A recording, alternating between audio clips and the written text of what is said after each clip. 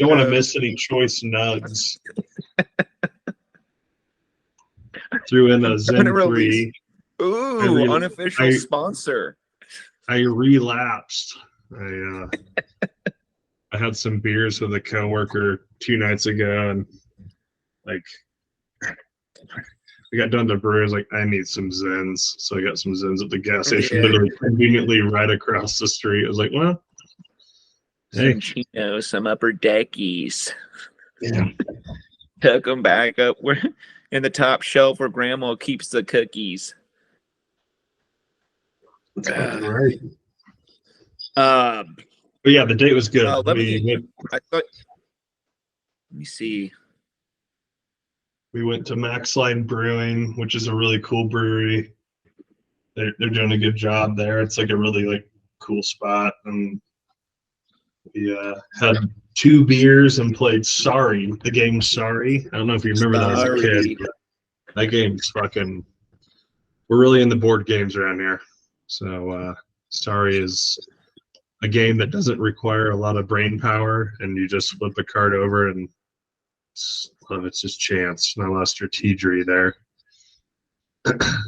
Yeah, you just roll the dice, and you're just. Yeah, and we went to Trader Joe's, and then got stuff to make our own pizzas, and that's what we did the rest of the night. We just jammed out and made our own pizzas. Yeah, that's why you were talking about BB King. You're like, oh. Yeah. Listen to the King. Yeah. Listen to some. What? Yeah. I got a rough outline going, but yeah, I saw the outline. I was like, oh, murder suicide. Yeah, that was. We've got KSU women's b-ball shout out number 2 in the nation. Pretty sure they might be number 1 now. Let's see here. Let's just double check. Rank. Let's go.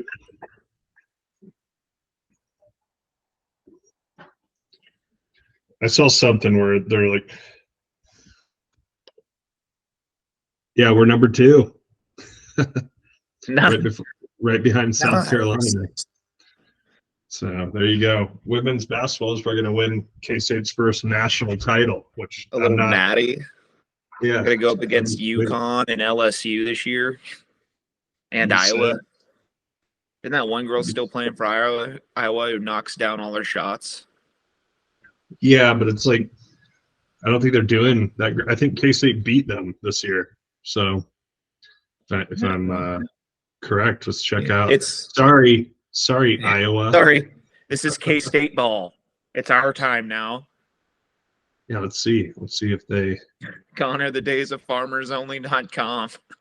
Yeah, they beat Iowa 65-58 on November 16th this year is what it looks like. If I got my dates right, which I do. Yeah, it's a big deal there. And the crazy part is we don't have Ayoka Lee, which is like our All-American player because she's got another injury. So if we're winning this many games without our star player, that means this team's for real, which it kind of just seems like when they make the tournament, they're probably going to go to the Final Four. You know, they're going to win it all. I'm not going to say probably. They better win it all. Let's go. Yeah. No more poking We're around. Starving. We need a national title. I need a natty. Yeah, let's get it, girls. Fuck. It's fucking badass. Someone dunk. Yeah, we need a dunker on their team. Maybe I'll get a sex change and still be able to dunk. Get fucking schooled by a bunch of D1 women basketball players. See, if I did that, I got a sex change and still got balled on. I'd be part of the practice squad that they practice against if I'm lucky. So. Yeah, well, I mean, you're about as big as a Kansas State wide receiver, so yeah, you got a couple routes you can go, dude. I'm 6'2". I'd be the tallest. Yeah, I'd be the play a tallest little wide D1 K receiver on the State. team. Play a little D1 K State men's football as our biggest, slowest receiver. hit Yeah, the sex change, and then go ball out at practice. I'd probably be part of special teams. I'd probably just like run down there and just hope to like get knocked out running into somebody. Oh, Yeah. Well, you look like a jailbreak kind of guy. Like a just Gumby. You just like amoeba around the defensive line. You're like, I'm on my way, the punter. We had a guy like that in our high school that would do that. well, you used to call me Lanky Kong. Tie your shoes standing up, dude. Lanky Kong, dude. I'd fucking Yeah, you're block. that like wrestler nemesis. Like, Just have leverage. Because I can't get away from you. I didn't have a problem with like the extremely yoked guys. It was always some kind of like weird, tall, lanky dude who double wrapped me with his arms. I'm like, I can't get a word. It's a crossface cradle, dude. Bend your spine. Bending your spine the back way until you give up. Give in or don't. Let's break it. You're laying there like, running those in practice was the worst because it'd be over and over. It's like the crossface cradle's in, someone's scooping around, half moon walking around you, and your back's like, I'm gonna snap, and then you snap into place. You're like, oh, thank God. Thank God. Pin me. It's true. I mean, that's a gnarly move. You're right. I mean, I never really For a thought about split that. second, your spine just turns the wrong way. Or maybe it's just mine. I don't know. Maybe I have scoliosis and don't know it. That was always my go-to move. Like my senior year, I don't know what it was about, or junior and senior. It's just like, it just made sense for my body. So I was like, all right, I'm going to literally punch you in the face like this. Grab your elbow. Yeah, grab your elbow. I'm going to cinch you up, reach underneath your legs, and then I'm going to use my wingspan. Shit's fucking C-span. wrestling's such a great sport. There's a I wish I had an actual team. I thought they did at one point, but I don't know. It just seems like it's not like Oklahoma State or Nebraska. They don't really have They have a club team. I've seen them working out at Old Stadium. Back when we used to play rugby, they'd be running the steps. I was like, oh, they have a rugby team or a wrestling team. Hey, if your season doesn't work out, come out for the rugby team. Yeah. After you're done having no fun at wrestling practice, come out here and drink some beers with the boys. I just remember wrestling back in high school. You're just like dying. Like every night, you're just like, all right, time to die. Here we go. We're going to do sprawls for 20 minutes straight because someone can't seem to get up in time. You're like, all right, here we go. You get home and you want to eat so badly, but the only thing you can eat is maybe a piece of celery and an ice chip. Yeah. You're like, this is so yummy. I remember I was a dipshit and I enrolled in the home equity course. It's like a elective, but like all you do is cook. And so like we would just cook the whole time and I couldn't eat. So it's like, why the fuck did I join this course? I talk about the biggest oversight in our solar system, as Brian Regan would say, the comedian. Biggest oversight in our solar system. Just cooking all this delicious food that you're not going to eat. Oh man, it was awful. I remember that. Heinous. It's like I want to eat this so bad, but I can't. It's like, why am I in this class? That coupled with the fact that you won't see the sun for another 5 months. You'd be at school at 6:30 a.m. for practice, running stairs with a 45-pound plate overhead, like, oh my God, I'm going to throw up. Yeah, then you go to school. Yeah, I don't know if Cape was anything like your high school where it's like you really wouldn't see the sun. You wouldn't walk outside. It's like to get to the wrestling room, you had to like go in this tunnel and then go into the dungeon. And then there's like wrestling rooms are always in the catacombs of every high school. Yeah, it's like just this huge tart. covered the opening to where it just kept all the heat and It steam. looks and, like there's gonna be bodies back there, people just and it's not. It's just the shooting out rest. blood. Am I in a horror scene? The movie film? No, that's a I- wrestling room. Let's crank I the rem- heat up. I remember a lot of the football players that were like doing conditioning in the weight room that was like next to the restroom. They'd always like peek their heads and just like watch us being miserable. They're like just like in awe. They're like, yes. It's like some weird addiction where it's like, yes, these guys are killing themselves. At 110-degree weather. When Just we the have some, musk emanating down the hallway. we had some football players that would just Here's like a buzzard join us, story or for they'd you. try to join us for conditioning. They would try to join us, and you could tell like some were like, "Fuck, this is like No, a whole new level." you don't They got it. couldn't. You don't got it like that. You are not about this life at all. You don't have Yeah. it like that. It really is a weird, like, it's mental toughness, but it's a weird mentality. It's like there's weed out week with wrestling.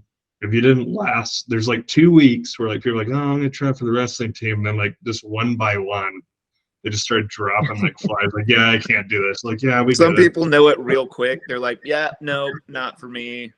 Some people wait till you actually start wrestling live and then they get their ass kicked and can't handle that. Well, you're getting manhandled. That's the difference. It's like with football, it's not always falling on like one player, but with wrestling, if you lose, it's your fault. You're not good enough. You're getting your ass kicked. And everyone You like- everyone here can see it. Yeah, Everyone everyone just here watched knows it. you. Everyone just watched you get manhandled. You're a loser. 1v1. And if you continue down this road, one night you will be in front of your whole school getting your Mm. ass kicked. An entire gym filled with like 400 people just watch you get embarrassed. They will first judge your nutsack on the way up to the ring. And then you will wrestle another man. Man, I remember just the butterflies too before like a wrestling match. It always happened. It's like everyone Yeah. gets butterflies, but it's like there's just something about it. Like as soon as you shake hands and then it whistle blows, it's like it's amazing how the butterfly just disappears. You know, like it's like I don't know how to explain it, but it's It almost is like a weird, surreal moment where the whistle blows, you shake hands, and you think, we're into it now. We're into Yeah. this. yeah. Finally, the There's- build-up's There's over. a weird like switch in your mind. You're like, all right, I'm into it. All right, Yeah. let's get the It's first like adrenaline. contact out of the way. hmm Yeah. And It's then what a great sport. sometimes first period would go fast. I mean, if you didn't do much on the ground, be like, Kinda wish- we're a third of the way home. I remember me and Colt Nickel talking about this. I know you remember Colt from Yeah. college? Yeah, I Mark remember Wahlberg. because he was a really good wrestler. I mean, he wrestled for like Labette County Community College, I think, for a while, or community college in Kansas. But like he even like we were like making jokes, but it was like this is true. He's like, I kind of wish we would have like discovered a better sport that had a future. Like it's like I know it's like I wish I would have focused on like Cape and golf and like became a really good golfer. That probably would Yeah. have paid off the dividends if you hit it. You know, not saying it's easy to be a great golfer, but I don't know. It's like at least I golf today, right? Like I could have used that Yeah, skill you could set. at least be decent when you hit the golf course. Instead, you're like, no, I can do an awesome double leg. Yeah, Another I could probably men yeah, are I like, could defend myself if I get jumped, you know, later on in life, you know, and get away. Yeah, I digress. But yeah, what a great sport. it is and it isn't. And that's what's great about it. It's both terrible and awesome, all in one. There is nothing stinkier than a bathroom at a wrestling tournament. Like it just everyone's bowels are just to the extreme, and it's Yeah, like because they 20 hit way in. They all went to IHOP Oh, and had man. like Yeah, the big country omelet with 7 pancakes. my coach would call it. One of my coaches, he'd call it slosh belly, and it's true. It's like you get like this. It's never gonna digest. So there's 2 ways this is gonna go down. It's like your body just. But then again, it's like your body digests it so quickly to where you just are like, oh my god, this is awful. I hope I can take care of business before my first match, or a tight waist isn't going to feel too good. Like, remember that. Yeah, I remember telling my coach one tournament. I think we were out in Paola. He's like, "Yeah, you guys can go get lunch. Your match isn't going to be for a little while because we just wrestled." I don't remember how big the bracket was, but I went out and I remember eating 2 combo meals from Sonic.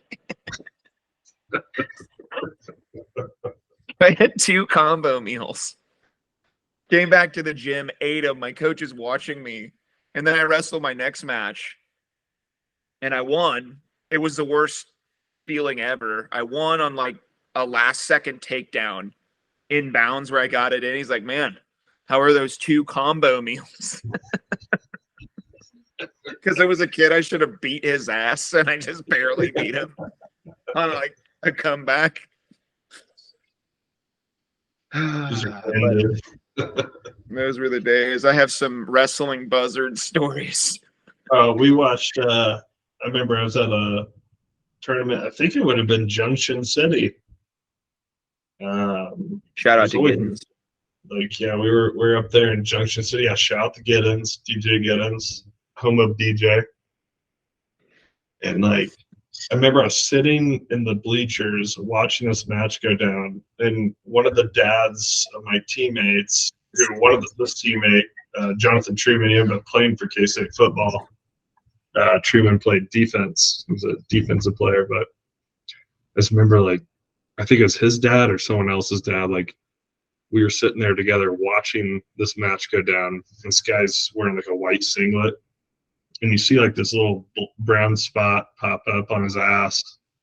Like, oh fuck, he just shit himself.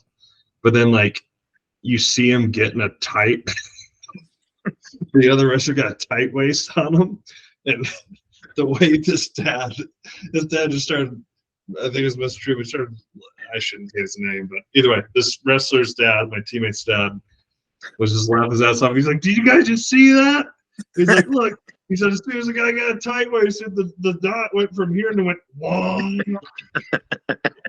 The guy's entire ass was just covered in shit. And then he got beat. And then he just like, it's like, they're still like shaking hands, finish a match like with his shat singlet.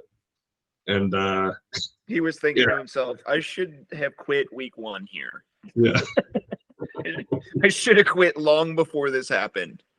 So every time I lost a match, you know, I thought, well, at least I didn't shit my singlet. At least I didn't shit my pants.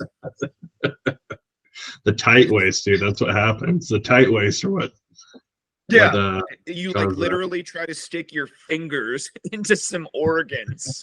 Try to stick my hand in there, rip your organ. Like, if I could get a rib cage, a rib would be good because that's good leverage.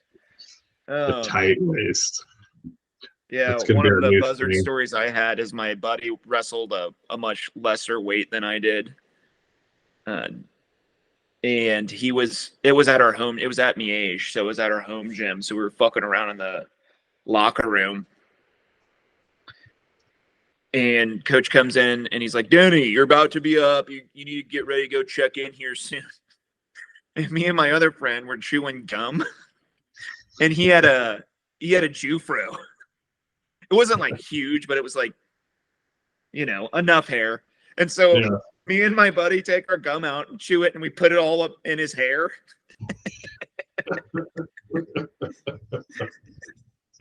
So he's getting ready to get gum hair. He's gonna get him all his hair. He's like, "Check it." Coach's like, "What the fuck, Danny? Check-in's in like a minute. Get ready." He's got gum everywhere in his hair. And he's like, "God damn. Fuck you guys." We ended up having to get the first aid kit and just get the shittiest haircut.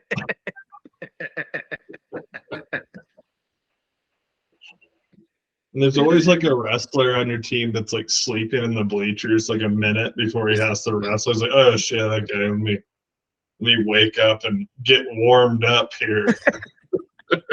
Yeah, I was that guy. I'd be sleeping right up until it was time, and I'm like, I don't need to be sweaty. Some people are like, "Get a good sweat going. Let's get it going." Yeah.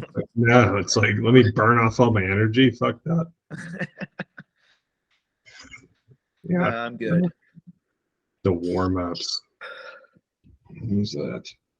Nothing was better than throwing on the championship singlet, though, for the finals. Did your school have final singlets? We didn't have those. Like, I remember some teams did, but we were just, I don't know, maybe our like booster program was so broke, we just didn't have them when, yeah, I don't remember us having, we had varsity and junior varsity singlets. It's pretty much Yeah. it. Like, Once you first don the varsity singlet, varsity gear is like you're getting a crown put on you. You're like, all right, fuck yeah. Especially I get in the wrestling because you bag. fought another man for it. Yeah, it took me Most 3 people years. who aren't in the wrestling world don't realize when you get the varsity wrestling gear, it is like, adorn me. I am God. Yeah. I fought another man for this. It's and true won. though. Yeah. I mean, We had these the shitty wild part, wintertime coats, and they were just for the varsity wrestlers. They're the worst coats ever. But when I got mine for the first time, I'm like, look at this, dude. It was like from the 1970s, like windbreaker shit jacket. The entire time I was at Caven or in high school wrestling, just our team was stacked from like 103 all the way to like 145. And like I was 103 to 140 or whatever it was, like that entire, like my sector of the team was just stacked. I had so many good teammates. Yeah, I didn't make varsity full time until my senior year when I dropped like 15 pounds to get to 125. And it's like a lot of it has to do with strength too. I mean, I had the technique, but whatever. Hey man, I woulda, coulda, shoulda. It's true though, man. That fucks shit up. It's real talk. I had a lot of good teammates. They're fucking awesome. So no, in retrospect, I have no regrets either. Wrestling was great. So, but I could have been a lot better. Should have done golf. Yeah, wrestling is great. Teammates are great. I wish I was better than I was. I could have been if I'd focused. Yeah, I mean, it's like, but I was good enough, you know. There's one coach for me at the time. There's one coach for 3 years straight. He's like, you just need to start benching. He's like, you gotta get some muscle. He's like, you get muscle, you'll be fine. He's like, I just never applied myself. And then I was like, yeah, you're right. Yeah. The only thing he rode me on is like one of the coaches like, did you bench? Okay, well, you're bench. You're not gonna be better. Like, you got the technique, you're just not gonna be better. Like, it's like, 2 plates. Yeah, you're right. You got to get 2 plates. Yeah, I worried. That's the only thing you worry about in high school. Is like, man, I need to get 2 plates on bench. I was pretty much like the little person wrestler on the team that knew all the technique, but just was the little person. Yeah, so, with long ass arms. Deb Mahoney, just like being able to be like, he was like, fuck you. Fucker's too strong. Yeah. Zeus. That's what we call Mahoney. But, all right, I digress. Let's get back into this. Yeah, back onto what we're supposed to be doing here.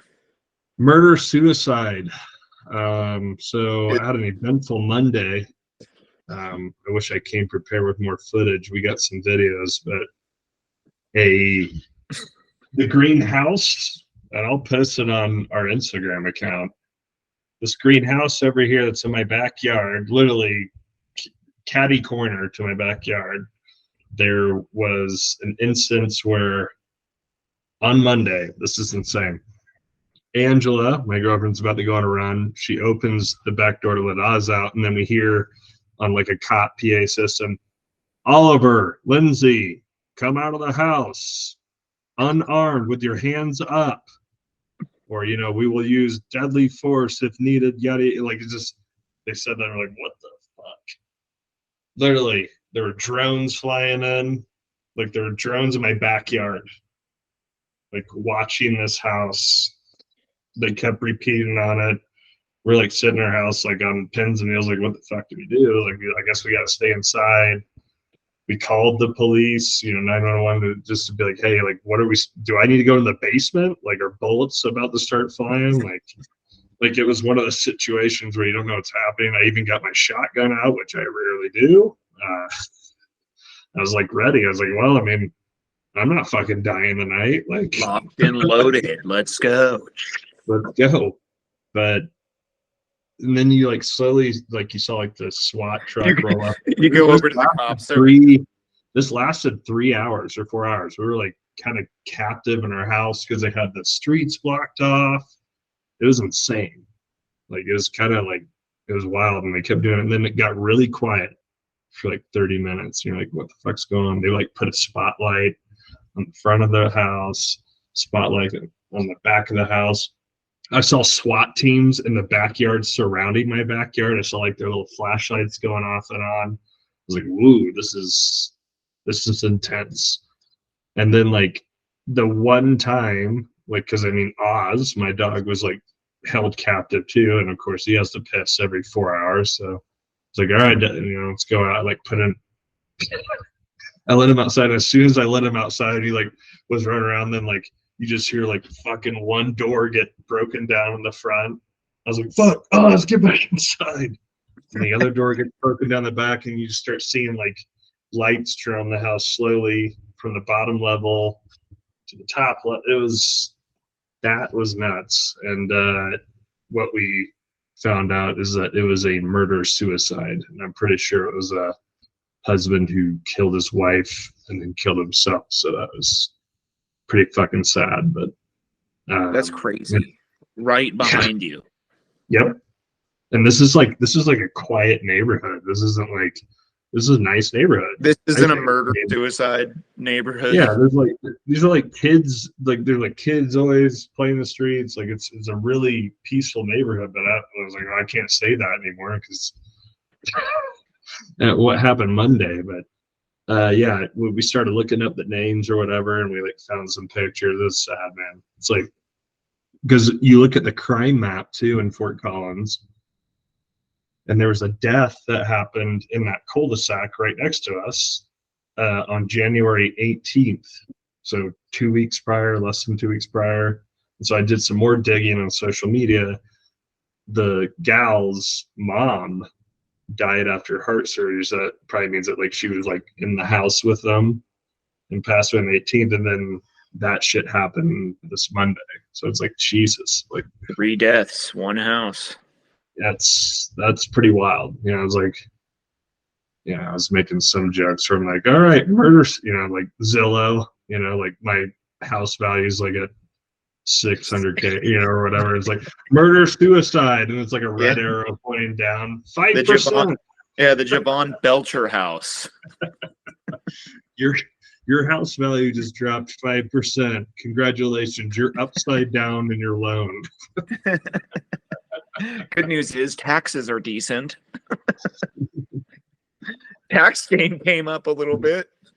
Yeah, that was, oh man, but it was, at first, like we were scared. I ended up getting a camera system from Costco, the Blink cameras, which are actually very easy to install to anyone that's thinking about that. Did the cops come by and like alert you what was going on, or was it just kind of like you had to read about it? I mean, it was enough, like hearing it out loud, seeing the streets blocked off. Like we wouldn't have been able to leave with our car. Like they had everything on lockdown. I mean, I think they handled it well, but it kind of seems like that probably the 2 people were dead before it even started. Yeah, they were probably talking to dead people. Yeah, they didn't know it sounded like, oh well. Yeah, everyone's dead. Somebody tipped off the cops and said, "Hey, I think the lady's being held captive by her husband against her will," and it started like 4:30, and it went on through like 8:30. It was insane. So that was our Monday, and it was wild. So I installed a whole bunch of cameras from this pack I got from Costco, and it's not like. They don't record 24/7, but they're like motion activated if you watch. Yeah, it's gonna start annoying the crap out of you because it alerts you every time it it gets Yeah, picks up you motion. can arm them or disarm them. So I just arm them if we're like gonna leave, or we did it for fun, like when we went out to get beers and saw Oz like run around like a moron, you know, and then you like can talk to him on the, you can talk to him over, you can talk through each ear and be like Oz, and then he's like, what? I'm good. I'm not doing anything. Yeah, so Quit nosing in the trash. Yeah, pretty wild situation. I guess my advice is if you know someone who has mental illness, maybe encourage them to get help, because they seem like, I mean, a good couple. Like from the pictures I've got. Had you talked to them? Did you know? No, Not them, no. but did you? Yeah. It's a different cult. Like it's a cul-de-sac right next to us, but like their house Yes, like is through your backyard. Yeah, I can like see. I can see their patio. Everything is fucking just wild. And you like see a picture where she like took a picture with her mom like on that back patio. I was like, Jesus, this is like too close to home. You know, it's just weird. But so yeah, that was our Monday. It was so who knows? Like could be another Dateline episode coming up. I mean, yeah, you hear stories like this, and the immediate thought is there had to have been a better way. Oh yeah. It's just like divorce, you know, there had to have been something better. And you just wonders like, was the guy maybe just kind of doing drugs? Was he coked up, you know, and he could have gone made crazy. A mistake, and then he realized, oh fuck, what the fuck did I just do? I can't live with this, and I don't know. It's sad. It's popped himself. But either way, yeah, if there's a downer to start the episode, I'll re-edit this and put this at the end as an extra. But yeah, these buzzard stories. We just one up the darkness every single episode. Yeah. Well, I mean, it's wild because welcome like to Outsiders. Have we got stories for you? Here's the funny part about it though, is like we walked out of our house by, we're like, we're gonna walk Oz. We kind of need to check out what's going on. And we met our neighbor that's like right here at the corner. And he's hilarious. He's like, he like walked up to us like, oh, you guys live over there? And like we finally met him, and he's got his kids inside. And he's like, yeah, man, like my daughter's all fucked up because Amazon couldn't deliver Taylor Swift music book. Yeah. So like he went and got the music book too from the Amazon driver and like gave it to her. But then he was like, he had like theories. He was like, I think the situation over there right now is husband, wife, and boyfriend, because he's like, I saw a guy sitting on his truck over here all day just staring. Oh, so there is a boyfriend too. That's his theory. Mistress. That's his theory, which could be all speculation. Sneak link sitting outside thinking to himself, maybe I'll just get on out of here. You know. And what's wild is what if he was dating the girl, right? And he didn't know that she was. You said they're married? I think so. Yeah, I mean, together. They were together. Guy, like the research doesn't know she has a significant other. Shows up to the house like, hey, what's up? Meanwhile, it's Merc City in there. Yeah. I mean, what do you do as that guy? As that character in the story? Like, he's like, I'm just gonna. I mean, like disengage. That was one theory, but it's like the timing's interesting too, because like if her mom had heart surgery, is what it looks like from social media, passed away on the 18th, which is that crime map. It's not really all crime. It's just like whatever gets logged police record wise gets put on this map. And I was like, okay, so her mom must have passed away a couple weeks ago after heart surgery. Unfortunately, rest in peace. I'm sure she's a great lady, but it's like what transpired over the next week and a half that caused this fucking tragic incident. I don't know, but it was just little crazy. It makes you uneasy. So now, like, that's why I got the cameras too. I was like, you know what? Like, I need to know what's going on at my house when I'm not there anyways. Like, who knows? There could be some weird motherfucker that just walks around your house. You never know. So it's like, it's okay to be proactive and not reactive. So, but anyway, I don't know. Yeah. Sad situation. Well, that is a very interesting story. I was Nothing installing like that has ever happened to me, and a lot of shit's happened to me. I was installing the cameras too outside yesterday, and like I could tell that I guess one of the detectives, it must have been a lady, she was interviewing the neighbors on their back patio that were right behind me. I wasn't eavesdropping, but I could get like bits and pieces, and there was a younger buck there that was talking to him too. So I was like, oh, she must have brought probably the whole cul-de-sac over to that one backyard, and they were talking. I was like, shit, this is some juicy material I could have gotten, but I was The like, cops come back to investigate the crime scene, and they walk in, and Grant's in there. You're in there just making a sandwich. Like, oh, what's up, guys? yeah, Just want these groceries to go to waste. you guys want some pulled pork? Don't mind the blood everywhere and dead bodies. It's insane. I'm just Yeah, sauteing some mushrooms and having a good little French dip. it was like I clearly missed it when they like, and then we like start wondering like, when did this happen? Do you think it's like, were we awake or were we asleep? Like, because I feel like I was woken up by like fireworks one night, and I don't remember if there was really fireworks or like maybe those were the guns. People getting clapped. I didn't tell Angela that. I was like, I remember like being woken up by fireworks. Like it might have been weeks ago though. But like I was like, oh shit, like maybe we heard something. I don't know. You never know. Like, fuck. Yeah. It may happen right before the cops got there. Let's be honest, but I don't know. Just kind of, it's a little eerie. Off, you think they would have been alive unless they were doing a welfare check, and the last couple texts were, To me, if someone's being held there against their will, it's like, it's like, okay, this must have been like something that happened either the night prior, or the morning of, where they're like, oh, I didn't get it.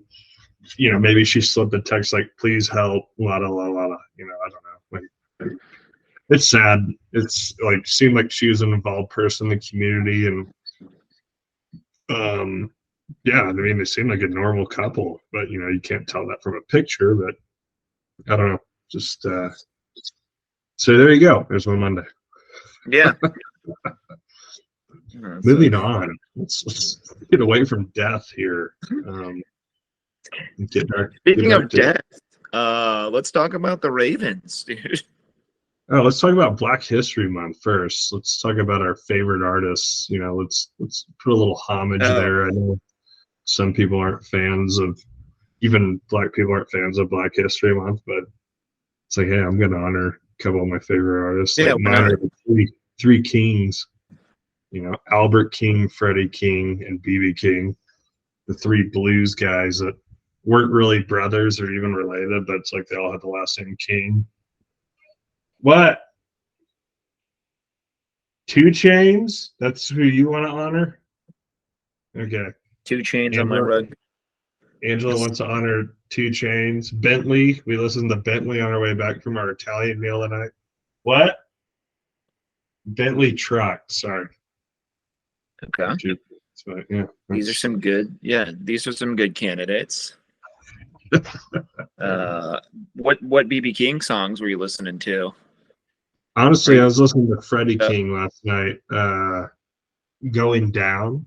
It's a really good song. It's actually on the beginning of Eastbound and Down, ironically. But my ass was 19 years old. Yeah. It's an opening line of the entire series. Yeah, Going Down by Freddie King. So whoever listens to this segment, it's like Freddie King Going Down is an awesome song. It'll get you juice. And then when it comes to Albert King, my favorite album is like this live album that he did with Steve Ray Vaughan. And it's kind of an ironic situation. I read up on that because like they weren't supposed to record an album together. So I think Stevie Ray Vaughan got stuck in like Toronto or somewhere in Canada because of a snowstorm. And then like for some reason Albert King found out that he was stuck. So they got together in like some random studio. And like this live album I always listen to, it's the shit. Like they kill it. They just shred it. And Albert King wasn't known to like record with others. He's kind of a, I'm the king. Like he didn't want to like you don't want to give other people the spotlight.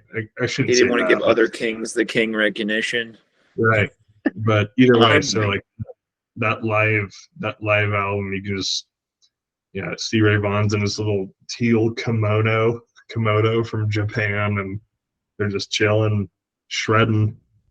Yeah, that's probably one of my favorite live albums that he did. And those then are Beat, yeah. it's pretty sick. I'm gonna switch gears. I was gonna name somebody. I was gonna say Jamie Foxx, but your story reminded me of another story. Uh, just how they got together to make that album. Sometimes like the perfect stars align to just Mm-hmm. create something that no one could have ever created by themselves. Serendipitous. Yep. So there's this guy. Let me double check his name. His name's Keith Jarrett.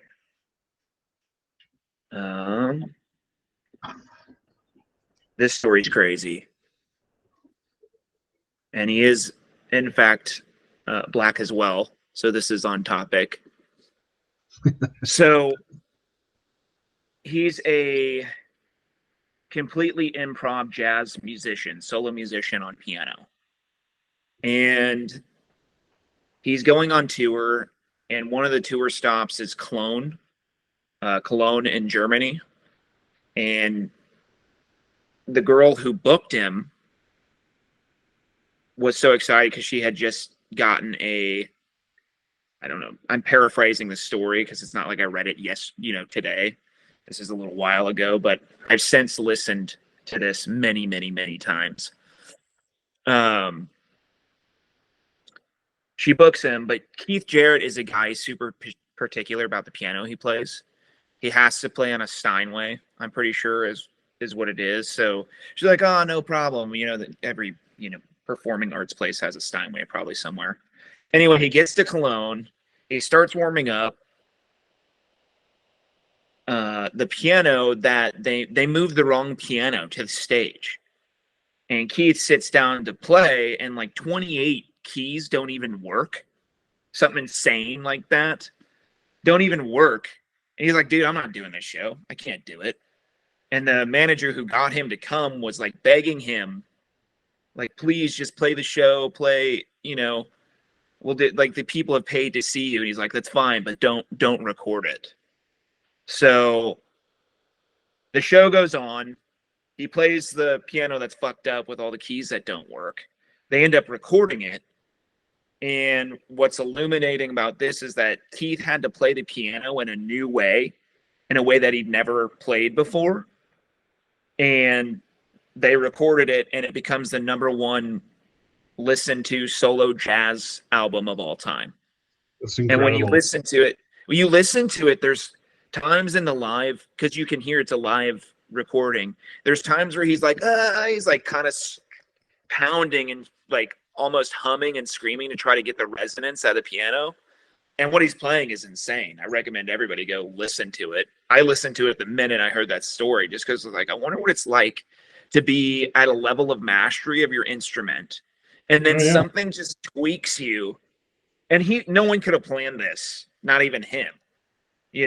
That was created by just sheer chance. And the fact that he had to do something else was crazy. It's like the story, but with the Kings, like, well, this was never supposed to, you hear so many stories like that. Some of the greatest things to ever happen in history are just weird events. So shout out to Keith Jarrett. Go listen. Play with 5, right? Like on guitar, it's like, fuck it. I lost a string, keep playing. Keep going. It's like, that reminds me of, God, it's going to bother me too. I'm blanking on names right now, but so I'm thinking of a Blink 182 story. So the Tool drummer, Danny Carey, he's from Lawrence, like he's from Kansas. He's the shit. He's got to be probably one of the best drummers, I think, in the industry today. Personally, just watching him play and listening to him. I'm not a drummer, no expert, but I listen to a lot of music. I know what talent means or whatever. Like, I'll have to send you a video. He's incredible. Like he'll break like his snare drum and just like be like playing other fucking things. Why this his help is like replacing the drum like in a live show. It's incredible. It's like, He all needs right, new kits. this He guy needs is on 3 kits for expert Joe. level. This guy has hit wizard of his domain. But anyway, that's off topic a little bit because we're trying to talk Black History Month. But Black History Month. The person I was going to chat about was Jamie Foxx. And I've been a fan of his since In Living Color, baby. Dude, when he's in Living Color is when he got noticed, I think, for singing a Christmas song. Wanda, baby. Wanda. Yeah. And people were like, he was kind of shy at first. He comes out. I don't remember what they were singing, but he just absolutely wrecks it. And it's one of those moments where the whole room just stops and is like, holy God, this guy's got pipes. And then he's like funny.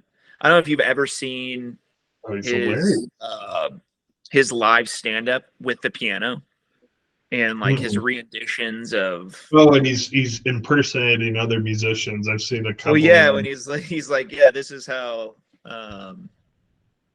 he does this segment where he's talking about how he couldn't play R&B growing up as a kid, so he had to take regular songs and break them down good enough to make love to. And one of them's the Brady Bunch.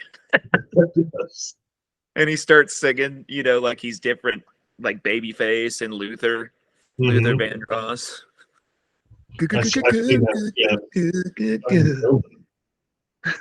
He's talented. Brady Bunch, driving me crazy. Anyway, you can watch all those back to back. I could watch those front to cover and then watch them again. And then the fact that he's such a good actor, it's like, this guy's insane. He can do anything. Renaissance man, dude. He can sing, he can act. He's he can get cloned. He can. Yeah, who knows? I guess people think that like he was like cloned or whatever. Yeah, people don't think it's the real him. Yeah, the world is a crazy, crazy fucking place these days. That's what COVID does, yeah. What? That's what COVID does to our society. We're like, all right. Yeah. Well, the Chiefs are playing the 49ers again. So last time that happened, a little COVID-19 set in. This year, when we win, who knows what'll happen? We got Trump and or Donald Torpedo and Sleepy Joe Biden. They're going at it again. I'll be interested. That's going to be, God, I hope they make a debate happen. I feel like they're just going to get away from it and not make it happen, but that shit will be hilarious. That's what the world wants to see, dude. It's like a UFC fight that's like unprecedented. Made for TV. 4 years. We've been waiting for this. 4 years. Donald Trump would just absolutely be wrecking Joe Biden on stage. Oh my God. It's gonna be hard to watch because some of the shit I've seen of Joe recently, I'm like, dude, like what? Like, it is like everyone's been talking about. It is abuse. Like the guy shouldn't even be president. He clearly has like dementia or something to where you're like, dude, like this is like abuse. This looks hard for people. Like putting my 90-year-old grandpa when he was like in Alzheimer's on the stage, like, all right, you're the president, so read this teleprompter. It's like what? Yeah, but it's just nothing makes any sense anymore. It's just I'm not going to get into politics one way or another on it. It's just no, none of us are. But the reality is, like, everyone wants to see it. That's the reality. I would love to see it for entertainment wise. 100%. No one's going to be like watching Donald Trump. No one's going to be like watching this debate, like, God, I can't wait to hear the topics they're going to talk about, all the things they're going to fix. It's like, no, I want to like see carnage happen. It's literally just name calling the entire time. This is like an HBO special. Fuck you, Zach. Fuck this guy. This is gonna surpass. This is gonna surpass. I was gonna try and do a Donald Trump and realized in real time I can't do Donald Trump. It's gonna be the most watched video ever. Like it's gonna surpass so many things. But I gotta take a piss real quick. Okay. I'm gonna get a Yeah. little drink Some anyway. pause, and then we'll get into Just so you ready? know, I'm taking little. I've been videoing on my phone and taking snippets so that I can upload little, little reels. You Fuck should yeah. probably do a couple so you can add a couple of your own on Yeah, I your mean phone. we I gotta get into this This is early editing 90s software. film editing live. This editing software that my buddy Michael sent me. He's my old coworker. He's like, it's free. So I'm gonna dig into that tomorrow once we finish this episode and try to see what I can do. Fucked around on editing last week, and I just don't have the chops for like time. I mean, I do, I guess, but Yeah, this what was it? I sent it to you. What was it called? We'll have to try it. I'll try it. Da Vinci is what it's called. But let's talk about the Ravens recap. I think we should go into that next. yeah. Do you want to start? Or do you want me to dive? I mean, I'll start with my unhot take, but that was insane. It was a road game, which everyone. Here's the interesting part, and this is just my take as maybe not the most technical, knowledgeable person of Chiefs football or the NFL, but let's be real. We're just two Like, outsiders talking. No big deal. yeah, everyone talked about how Mahomes can't go on the road in the playoffs, and he just won 2 straight. He's won against the Bills, which was close. Yeah. And he's won against the Ravens in Baltimore, which I would argue was too close for comfort as a fan. But the interesting part about it all is I've been reading a lot of comments from and watching a lot of videos or reactions from like Ravens fans, and it's like, oh, we got dogged this. I was like, no, you didn't score 2 crucial times in the red zone. Yeah. When you're in the red zone. The Like, refs did this, the refs did that. You can't do that. We all saw Zay Flowers fumble the ball. Yes, that happened.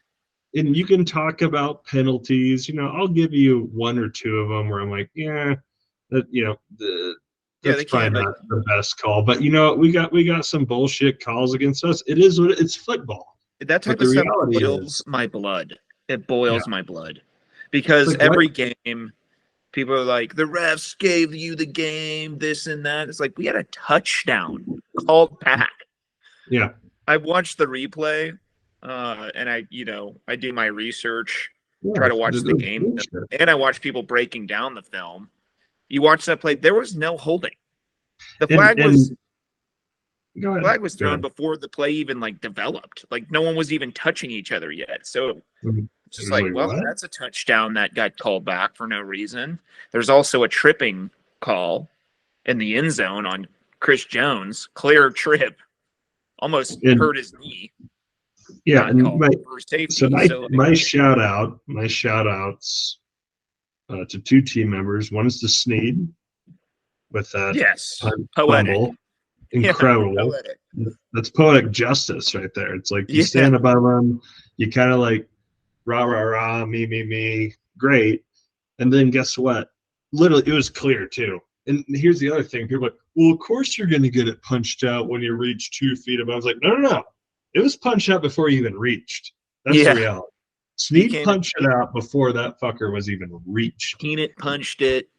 Like, that's the thing. It's like, had he not punched it out before his reach, it would have been a touchdown. But Snead, that's the type of stuff that it harkens back to the K-State goal line stand. I mean, you're playing over my dead body football. Like you might score, but it will be over my dead body. I assure you that. I will defend this land until the very last second.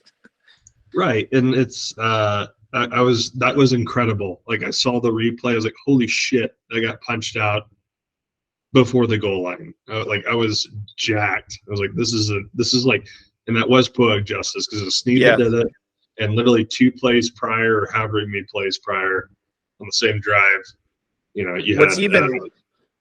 What's even more cool about this whole little transaction is that the penalty happens.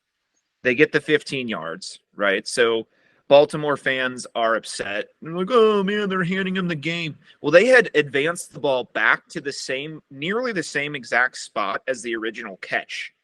So when that play goes off, the end zone play, when that goes off, the ball is nearly at the same exact spot where the penalty happened. So you can just erase that, just negate that, because it happened from the same point on the field. So it doesn't even matter at that point. You had already regained that back.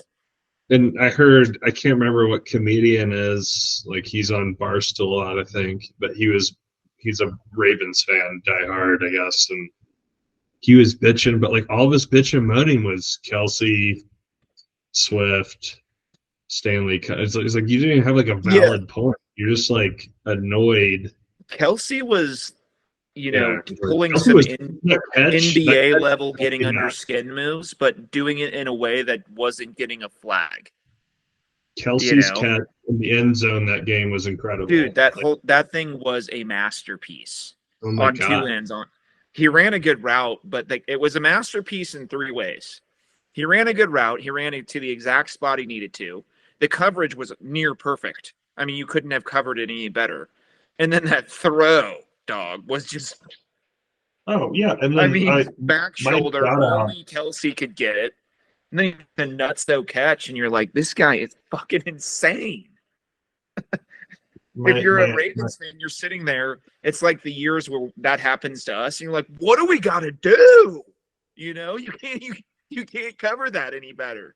And it's just my other shout out is to MBS because he made some crucial catches that I think sealed the deal. And that harkens back to just the trust in him. Yeah, the trust. It's third and 2, right? Not sure. And instead of lining up, you could go with the safe, that go route that they do where they roll out and throw it to the right. Usually goes to Rice or sort of the slot receiver underneath.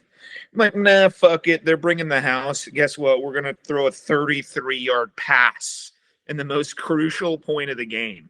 And we're going to get it. And it's just... And to MVS, and everybody, all Chiefs fans are like, I love MVS. I love this guy. Yeah. I had a problem with MVS. I don't care if this guy crawls in a dumpster and dies. I don't care. That's the glory. I mean, let's be real. The Chiefs defense is an all-time high right now. They're fun to watch because they're just so fucking elite. It's insane. Like it's the packages. It's completely different. It's a completely different what do you want to say, whiteboard of what we're seeing this year compared to the prior Super Bowls. Right. Like, we don't have Tyreek Hill. We don't have like this offense that can score, 40 or 50 points and just bail us out because our defense can't. Like now our defense is winning games, which is fucking sweet. So, yeah. So either way, that's my take on the game is a lot of the Ravens fans cry refs or whatever. Is like, no, you guys failed at scoring twice at crucial times. One with the punch out, and the other one was your own quarterback, Jackson, like throwing in the triple coverage. Like, I don't know what to tell you at that point. Sorry. Yeah. Interception in the end zone. That's elite quarterbacks don't do that. Sorry. He just threw it up. True. I don't even know what he's thinking. Maybe he thought his receiver was, I don't know. 3 people were there. Either way, it's just like that people are upset about, but it's like the ball, he can't transport 3 yards backwards between 2 bodies to make the play. Like ball's not really catchable for him. People don't want to accept that Mahomes. People don't want to accept that Mahomes is an elite quarterback. It's just like the same thing with Brady, and I'm probably guilty of hating Brady and the Patriots. I am, but the reality is, be like, oh, Brady's a system quarterback. He's like, no, he's not. The guy fucking made crucial passes when he needed to. He's won a Super Bowl with 2 franchises. Mahomes finds a way to win. And whether it's from everything I've heard, or his passes. Mahomes is similar to Brady in the way he prepares. Like they are borderline obsessive about what they do. They're writing down everything. They're ingesting everything, spending taking every snap that they can. They pretty much have to be like, dude, go, you're done. Your reps are done. Go rest, please. And they're just like, Some of, no, we some gotta of get this. We gotta do it till it's right. some of the Kelsey passes he made were just in a shoebox where you're like, holy shit! It's like they'd studied enough film to where they just like they knew it's like once Kelsey's in this perfect spot or something. Like you don't, I don't know. I'm tired of hearing the refs want us that shit. It's totally untrue. You know No, what? no, the Ravens fans, you got beat, and your team did fail you. It had nothing to do with penalty, and maybe some of them actually had to do with penalties. several Players things. being idiots. It Your was players just were you could being just tell idiots. that they were not expecting to have to play from behind. So first drive, we come out and we do a great job. We stop them and get the ball, and then go right down and score. Already, Ravens are in a position that they haven't been in very often. They're behind, and so a lot of some talking points that I want to hit on is that, and Colin Cowherd immediately after the game was like, "What's going on here? Why didn't you run the ball?" Two things are at play. Early on in the game, we're stacking all of our linebackers in the box, and then also bringing a corner in, or excuse me, a safety. I think Reed made 2 tackles for a loss. They were like designed power runs, but he bumped it outside, just right into Reed's area, and he fucking smoked him. So it's like you kind of shut it down early. And so that's at play, and then you're 1 score behind, and you've got Mahomes. You're off to the races. So you're playing from a position you're not used to playing in. You've got to score. I think Lamar could have done a better job with his legs here and there instead of continuing to look. He could have probably gotten 5, 10. There's a couple plays where it looked like he should have scored, but he didn't. But the whole argument, why didn't you run the ball? Well, it's like, dude, as a Chiefs fan, it's like, dude, run the ball. Run it. We're going to fucking smoke you. So they pass, and then we defend the pass well. Obviously, man-to-man, the Chiefs are by far and away the best at man-to-man coverage. And the way they pre-snap sort of hide their coverages. They kind of tell zone and then shift at the last minute into a press man, 1 high, which I think confused Lamar. He's not used to seeing that, which opens up, when he's not used to seeing that, he has to think a little bit for a second, and that opens up time for, people to get to him. So Menahue got to him on a massive strip sack fumble. And then you watch the game. I didn't even know he got hurt. I didn't know he only played 6 snaps. Did you know that? He played 6 snaps. And you could say, wow, that's a fun stat, until you find out the reason he didn't play is because he tore his ACL. I guess the fun note in that is that you didn't even notice. I didn't even notice he wasn't there because we were just bringing it all day. Well, of course, you have like, yeah, I mean, the thing is, too, it's like I feel like some of the Ravens players just made some just bonehead moves to get flags. You're like, what are you doing? Like, I was even watching, I was like, why are you, like, you guys, like, you're literally throwing this game by, yes, it's okay to be overly aggressive. Like, at the same time, it's like watching that drive with Zay Flowers, like, okay, he caught an incredible pass, great. Then he got a flag. Then he fumbled, or Snead made him fumble. Let's be real. And then he went back and like punched a bleacher or whatever, and he's bleeding from his finger. It's like, that's just a rookie.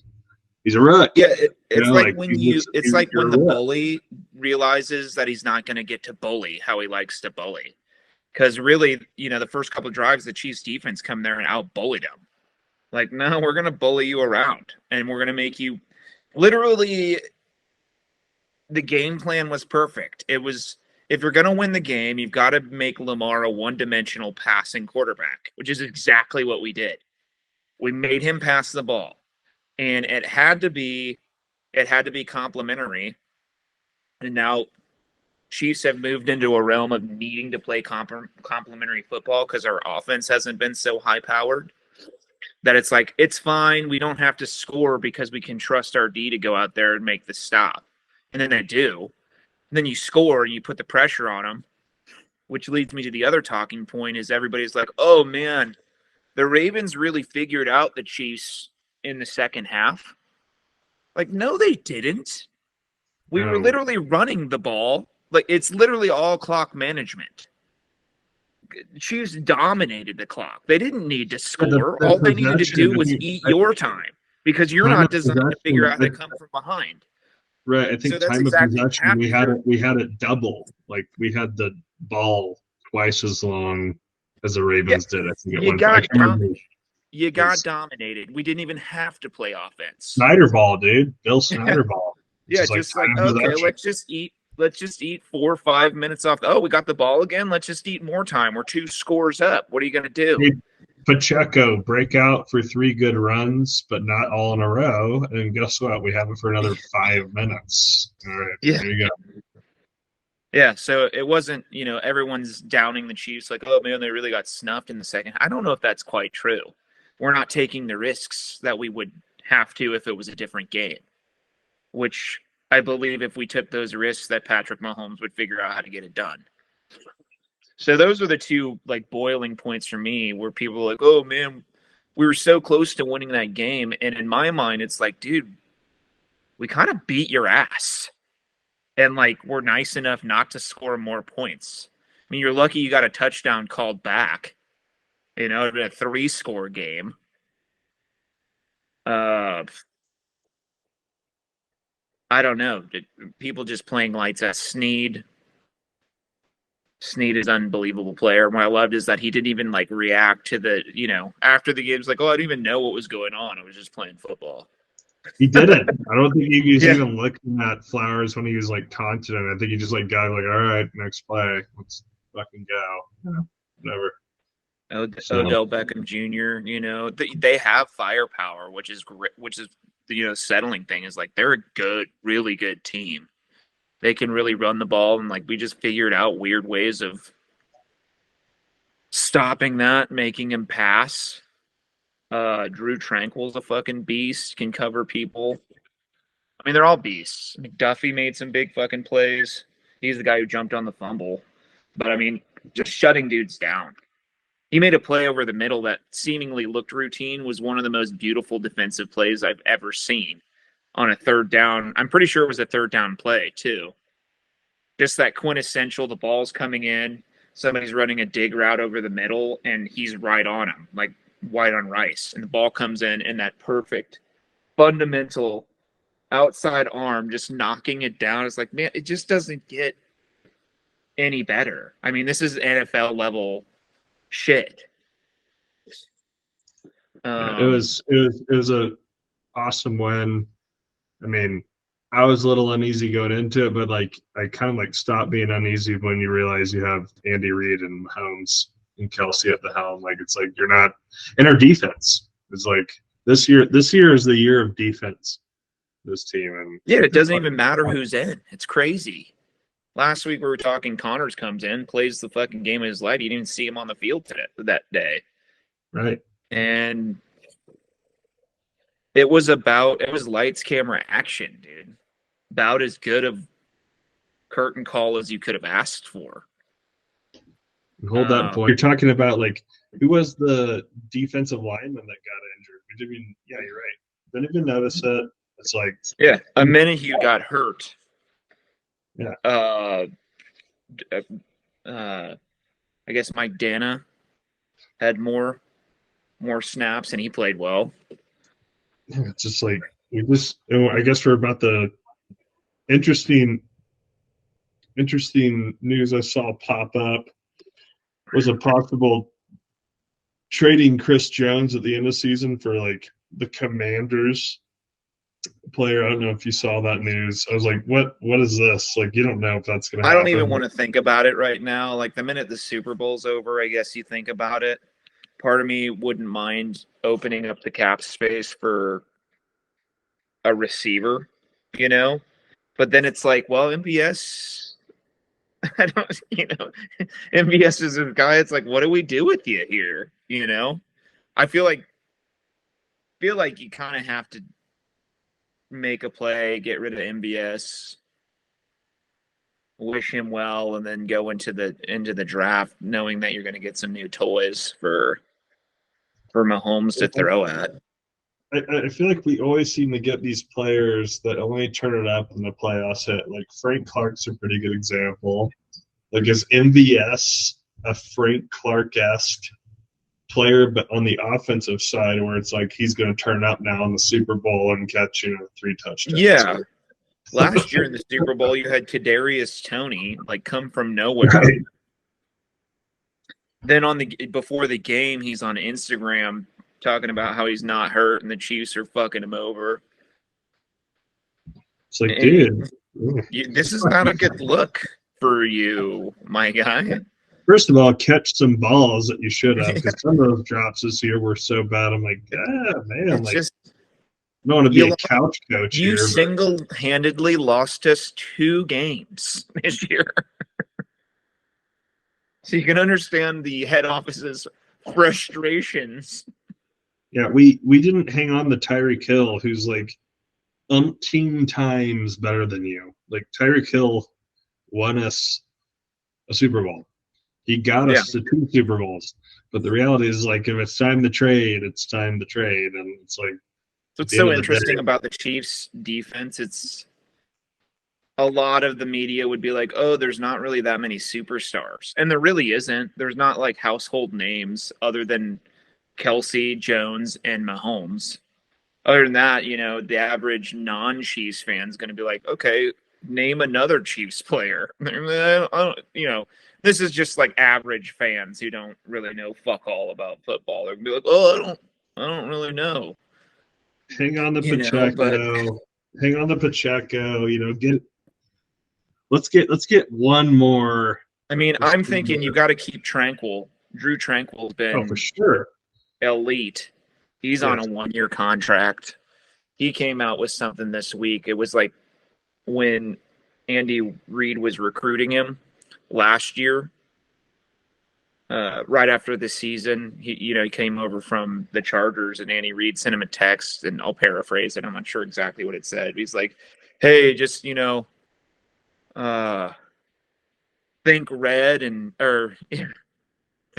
or see red and think Super Bowls. I think the quote was, see red and think Super Bowls. Because Tranquill published the text chain. It was like, yeah, dude, Drew Tranquill. And you knew he was going to be a stud, too. He's a guy that literally can do anything. He can cover the run. He's really good in zone coverage. He's really good at man-to-man. He flies to the ball if he's on the other side of the field. He's not just going to let plays go. He doesn't take plays off. I mean, he's a fucking beast. The defense is stacked, and I don't anticipate that changing because I feel like we've done such a good job at getting guys on in the draft. We're set for a while. We don't have to shuffle too many pieces of furniture to just continue. Yeah, this was the first year we really had to value shop at the receiver position, and it showed a little bit. We took a risk on Sky Moore. He didn't really – I'm not saying he can't play, but he's not really panning out how you want him to. No. I mean, people thinking he's going to be wide receiver 1. Rashee Rice obviously is a good value buy. Right. But what ended up working out last year is we value purchased defensive players. And I don't know if it's the players, I don't know if it's Spags, but rookies come into this defense when they're needed and absolutely ball out. I mean, last year you had Watson come in. What do we have, 3 rookies starting? Mm-hmm. Last year, Reed. You got Reed, you got Watson and McDuffie, who are all superstars and massive contributors to winning a Super Bowl. All at value buys. So those pan out. because it's the first year where you're in cap space trouble because you paid Mahomes, you're paying Kelsey, you're paying Chris Jones. So it's like you just don't have those rookie contract. You can't make room. That's why you have to get rid of.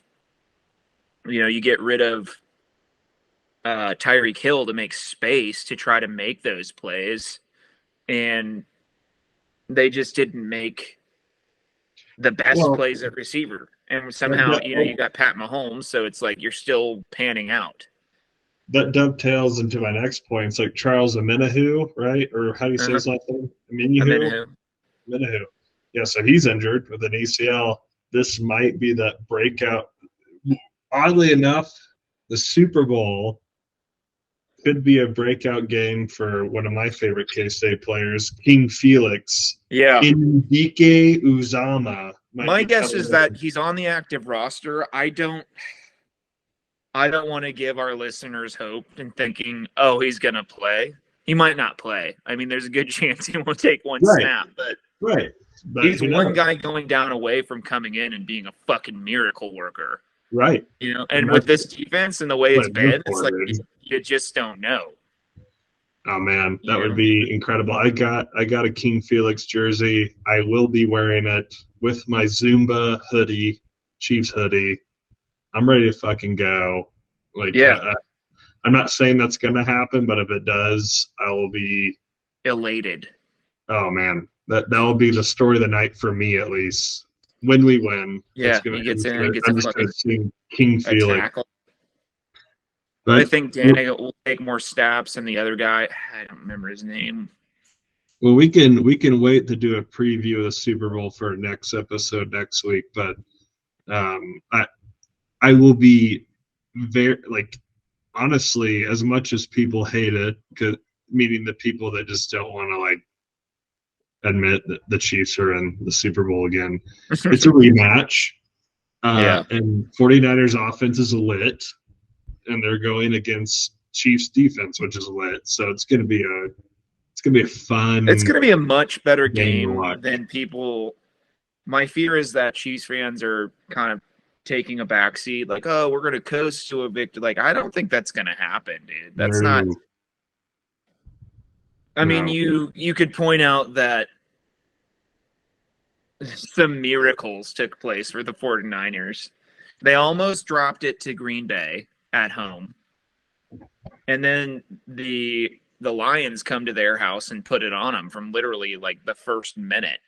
And some weird football gods shit helped them to have the chips fall in their way, or else they never would have been back in the game. It's just but those are the things that you get here. Those, if the ball's bouncing their way, who's to say it won't happen again? It's just the Chiefs have to just focus on themselves, mitigate. You got to take care of the ball, take care of anything you can control, and just don't make a mistake.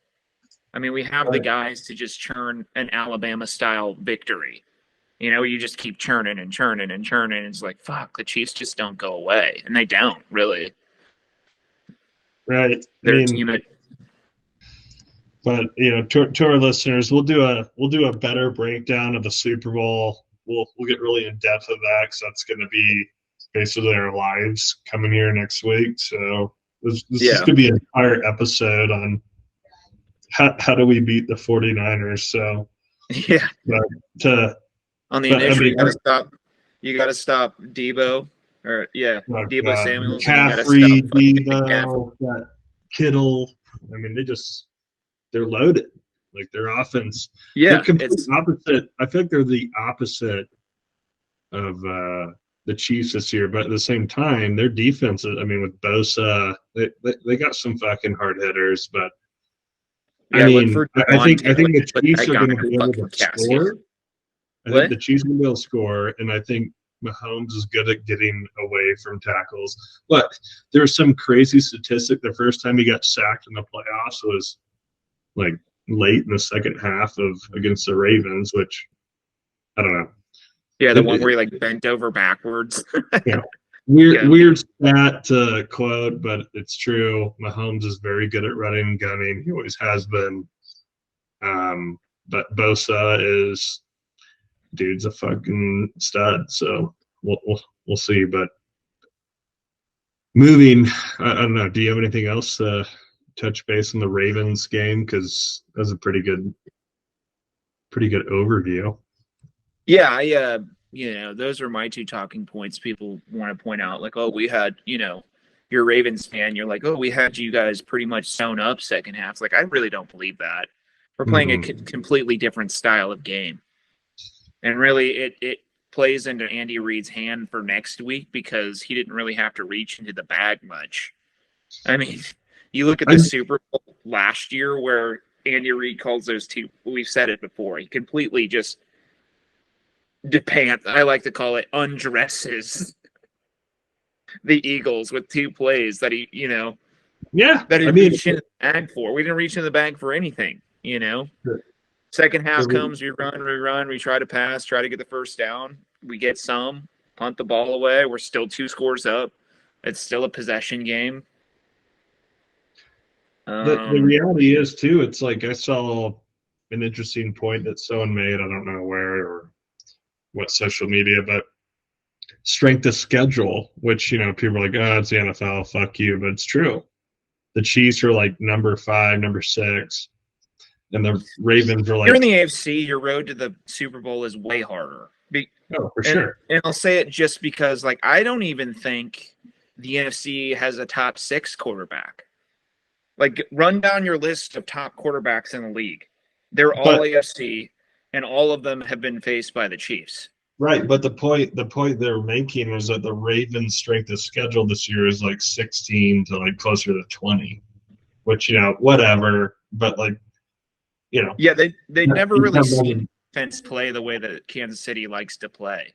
Right, and we play that like reach into your pants and grab your nuts football. We're playing man, and we're going to stop you man to man.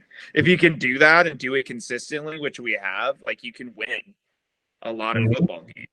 Right. And then it becomes, like, we want you to throw the ball.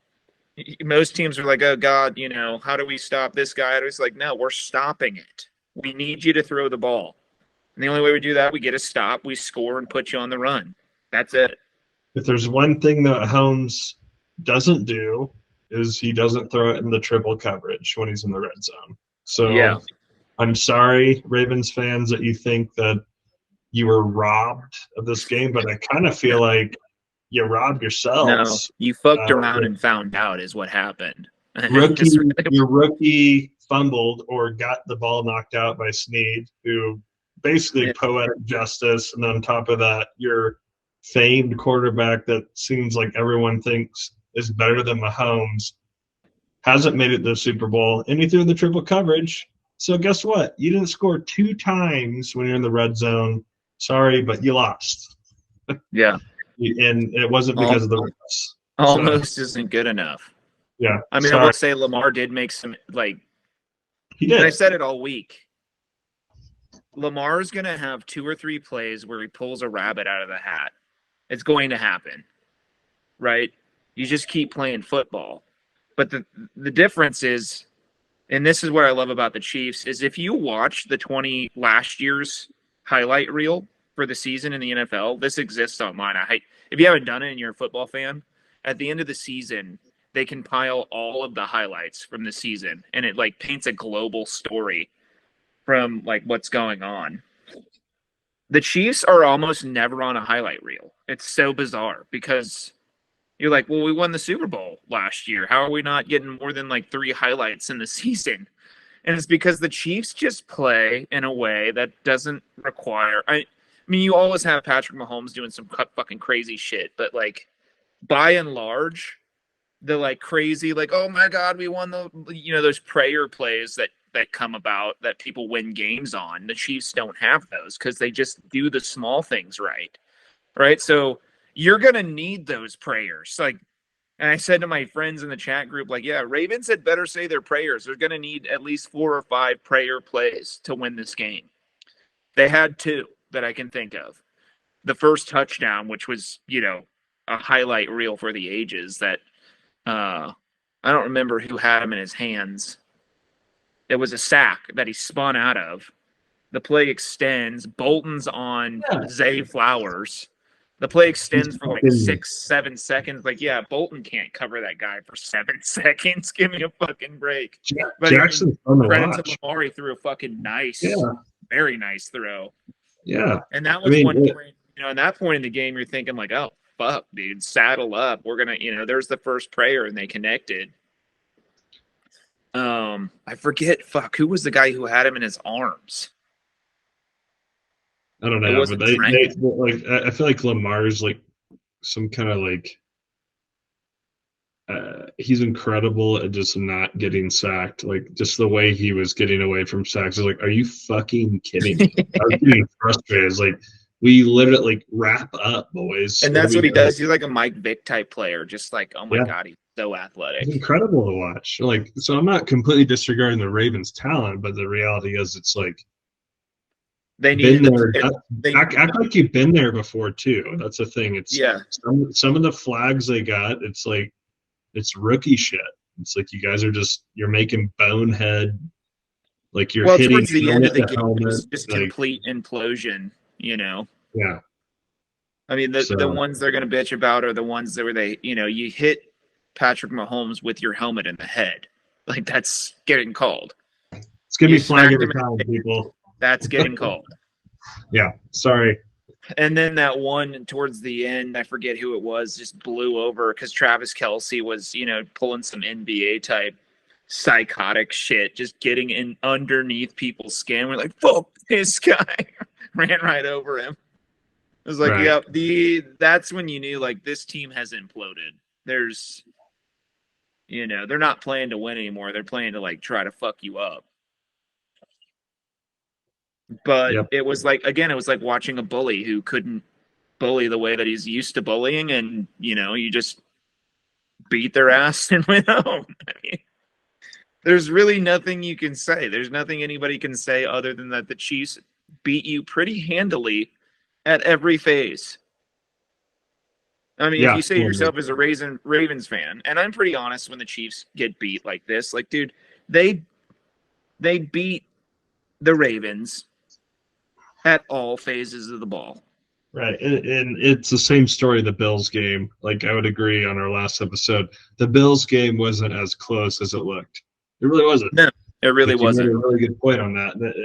It literally was not as close. Like we literally handed you 2 opportunities to win it. We let you hang out.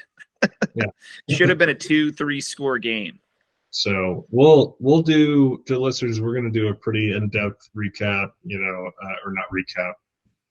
We're a preview of we're going to get ready for the Super Bowl. It's like it's so insane because like I feel like I'm just used to being in the Super Bowl now, which is like kind of shitty as a fan. Like I'm like, all right, well, we're here. I'm not surprised anymore. After we won the Super Bowl last year, I'm not surprised by what the Chiefs do anymore when it comes to Reid and Mahomes. Like for some reason, I don't count us out because we're here to stay. And, yes, we're gonna even if we lose, it's gonna be like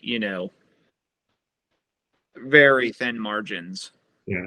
Yeah, like the Lions loss this year is a good example. It's like the Lions beat us at Arrowhead, where I was like, "Fuck," as a Chiefs fan, you're pissed off. But then again, I was kind of happy for the Lions. I'm like, "That's awesome, good for the Lions. This program's like turn around." I'm a Lions fan outside of the Chiefs, but yeah, I mean, but at the end of the day, that shit doesn't matter. Playoffs, that's all that fucking matters. And guess what? Mahomes just went on the road twice and won 2 times in a row. So if you want to talk about legend status, give him his fucking gold jacket, boys. Yeah. Boys and girls. Go into the show for the 4th time in 5 years. Never missed an AFC championship as a starter. Pretty incredible. I mean, people talk about it who don't do this, how incredibly hard it is to get here. Yeah. I mean, it's incredibly hard, apparently. Every NFL player. Some players played for like 20 years and never went to the Super Bowl, And we'll touch base this is on just old hat. And we'll touch base with this next week, but we want to break down on Big 12 and why it's the quarterback conference. This is the 2nd Super Bowl in a row. where it's two Big 12 quarterbacks going head to head. So that will be part of Well, that's our not. segment next Oh, week. well, yeah, that is true. Okay. Jalen Yeah. Hurts out of OU. Even though he started at Alabama, but either way, he went to OU. Yeah, no, So, he went to OU. So but now OU's in how SEC. about Brock so Purdy coming out of Iowa? You know, people at Iowa just got to be like, dude, this Iowa is State, lit. baby. The It's like when Cyclones. Avery Johnson goes to the Super Bowl, it's going to be like, this is sick. We knew it the whole time. The Cyclones. Well, then you start wondering, it's like, where did the Iowa State coach Matt Campbell go wrong with Brock Purdy? If this guy's, I mean, they did go to the championship. God, who are they against? Oklahoma State or Baylor? But either way, it's like they lost with Purdy. But either way, I'm just like, could have Matt Campbell done more? I don't know. Well, But the difference is probably Shanahan, one of the best play callers, arguably, of all time.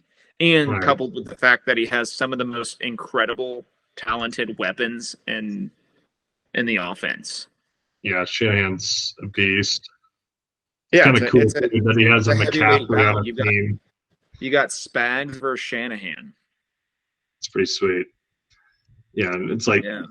Shanahan's dad, had a McCaffrey on his team at the Broncos, and now he has a McCaffrey. He has McCaffrey's son at the 49ers. That's kind of cool, I think. But Yeah. anyway, Growing up watching McCaffrey, never thinking like,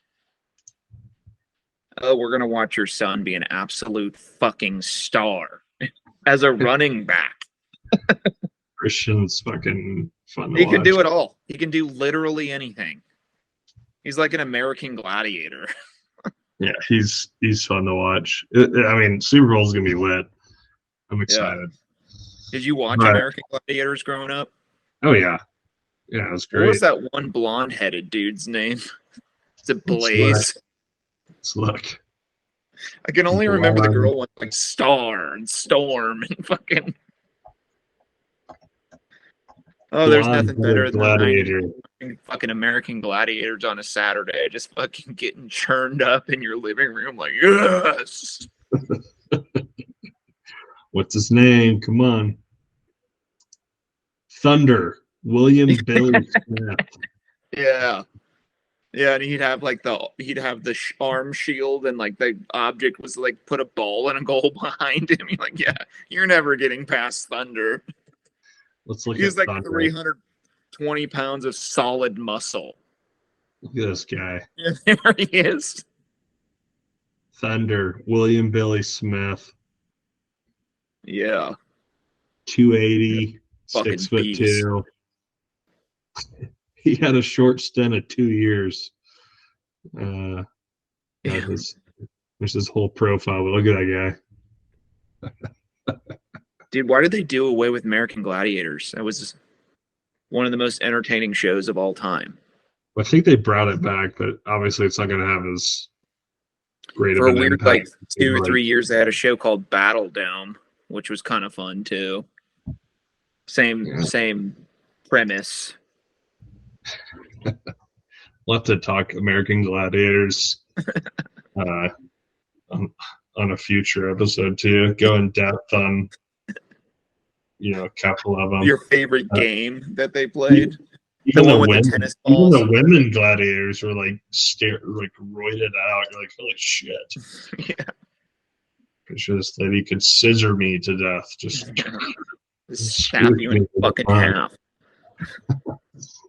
But let's move on to segment KSU men's basketball. I don't know what to say. Like I'm gonna be honest with you. I turned the game on after the first half against OU. Our team just looked like they quit. I mean, I Two don't rough know. games. 2 rough games in a row. I don't think it's the end of the world. The reality is, like we said last episode, we're going to talk about this. This is called the roadmap to March. We need 5 more wins, people. All right, K-State fans, we need 5 more wins. Okay. Eke out 5 wins, get there, and have Tyler Perry drain every single shot. So the reality is, like, everyone's like, oh, we should be incredible. It's like, hey, we lost 2 essential players on our squad this year. Don't need to rehash that. 5 more wins. So let's just look here. Oklahoma State, we have to win tomorrow. That's Yes. the reality. We have to win tomorrow.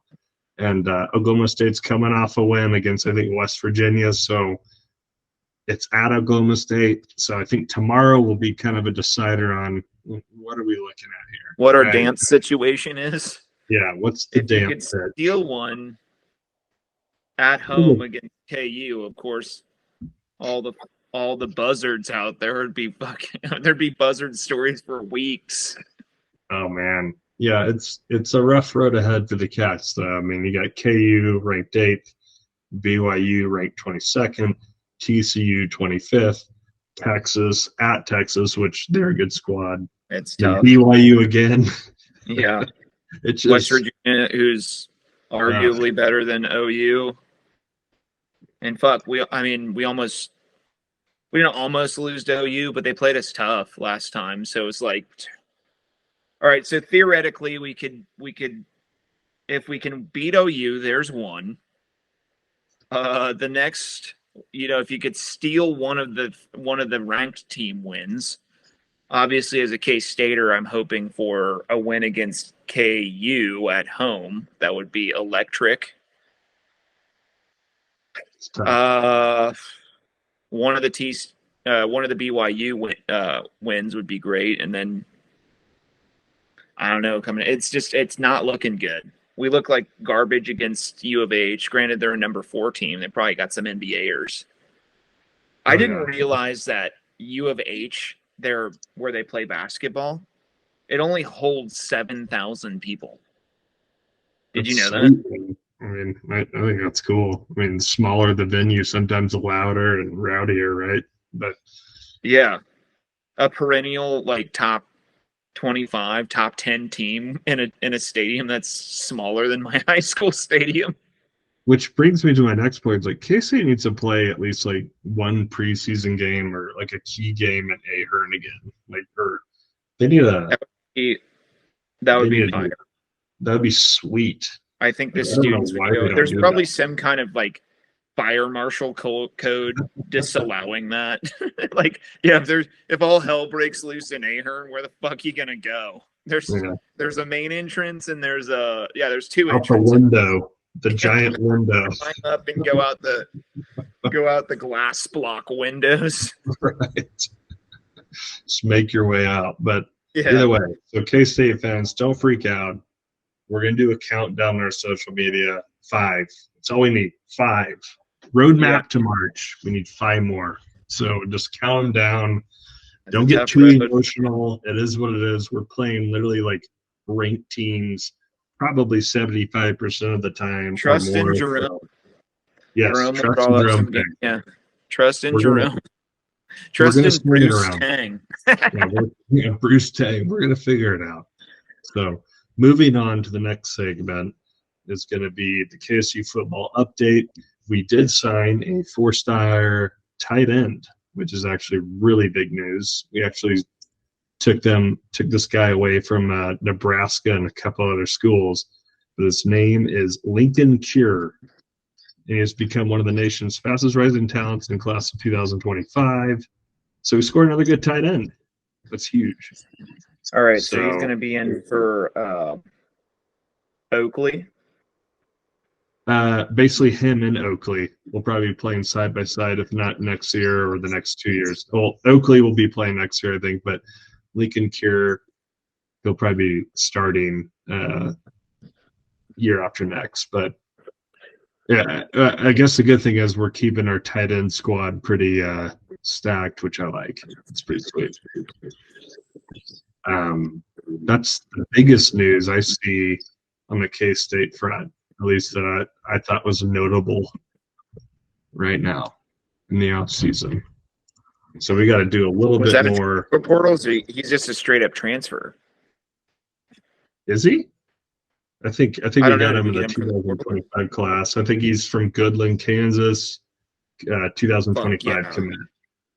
So yeah, Goodland, a good old Kansas boy. We're assembling at the Mecca, at football Mecca. Mark my words, Kansas State fans. We are becoming the Mecca. check this out. He had 27 total offers. And let me read off this list to you. Arkansas, Auburn, Colorado, Duke, Florida. Let's keep going.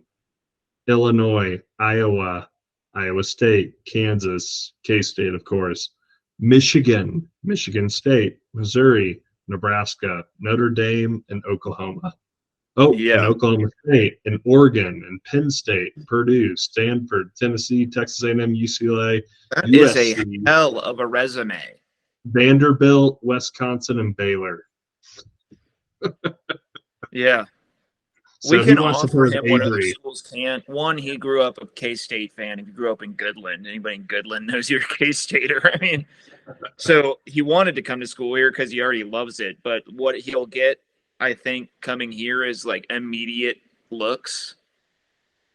Which, Yeah. like, if you go to Florida, it's like, well, you could come, you might or might not get, it might be a junior before you see the field. Like, here he's going to come. I would have no doubt that we'll probably start throwing him the ball No, this I year. mean, he wants to play for Avery. He wants to play with who Avery. doesn't? I mean, that's the reality. And Avery's influencing all these other Kansas players that are 4 stars, 5 stars. They're like, oh, fuck, I can stay home.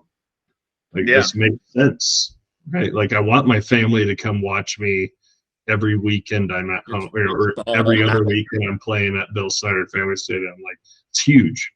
Avery is compiling the pedigrees. Like, things are looking bright. I love seeing this shit because to win the in-state battle against Coach Leipold at Kansas is a big deal right now. You have to win those. So, pretty exciting. But that's a notable thing for K-State football. Everyone should be stoked about that because that's big. Yeah, just another one. Him and Oakley as two tight end set. Yeah. As they call it. Yeah. Be gnarly. Double tight end set every play. Fuck it. Put Giddens in with a 2 tight end set. We're running heavy. Avery, Giddens, and 2 big tight ends. Let's see who can fucking stop the run at that point. He's sick. Oh my goodness. But yeah, that's all I have for statements today. But yeah. Now we could, we got the buzzard of the week. Yeah. And this buzzard brought to you by Zen, the unofficial sponsor. Brought to you by Zen. I'll try editing this tomorrow just for shits and gigs. And I'll kind of give you a shout once I maybe get some highlights. I'll try the first episode first, obviously, and just start posting. Like, we got to get some highlights from the first episode, I feel like, first. But oh, for sure. And then, I can kind of fuck around tomorrow on the first episode, maybe Sunday on the second episode, and I'll call you and kind of bullshit our way into posting some things and throwing a whole bunch of hashtags, and that's when the magic happens, baby. Let's go. So, buzzard of the week, and this is a buzzard that I am nominating. I saw it happen this week. I went and got some lunch at a place called Fox Brothers Barbecue in Atlanta, and I'm sitting in my car because I'm meeting somebody there, and I see a guy come out. He'd had lunch. He's standing there. Then I notice he doesn't see me because I'm in my car parked in a parking spot across the way. And he starts looking around. I'm like, what the fuck is this guy doing? Starts looking around. Then I notice he's looking over at what appears to be a trash can, but it's not a trash can. It's a cigarette butt holder. So I watched the guy pick up a cigarette butt out of the cigarette butt holder. It sparks up a used cigarette. And so it gets better. He's looking around, and then he notices that I saw him do it, and he's like, oh, shit. So he just takes one last time, puts it back, and gets the fuck out of there. I'm like, I, you buzzard, dude. What that's a funny. I had a buzzard that worked for me, Mark. He used to do that. He used to walk. He claimed he used to be homeless, which I didn't disagree with him on it. But he used to walk the parking lot of where we like ran our operation, and he would just get used cigarettes and smoke them. Sometimes he like cut them open and like get all the tobacco and like roll it all up. Like he had like a suicide. I don't know if anyone remembers that. Yeah, suicide a generation cigarette. where you just get like every soda at a place you call a suicide. Yeah. It's like you got a suicide cigarette, pretty much. So I was like, Jesus. But Yeah, yes, that guy's like, the who buzzard. buys cigarettes? Fucking suckers. Get some Zins, you fucking losers. But yeah, so that is a good buzzard to have to end our podcast today. Yeah. But we appreciate everyone Thanks for joining. listening to Outsiders. Yeah, thanks for listening to Outsiders. We will have a good, prequel, I guess that's what you want to call it, for the Super Bowl, and maybe we'll have some guests too that will be funny to have call in. So, but I don't know. Yeah. It'll just be me and Dan because we're better at this than some of the guests we're gonna get. Right on. We start All right. recording. Fuck yeah. We probably should record, Grant, like an introduction, like, hey, welcome to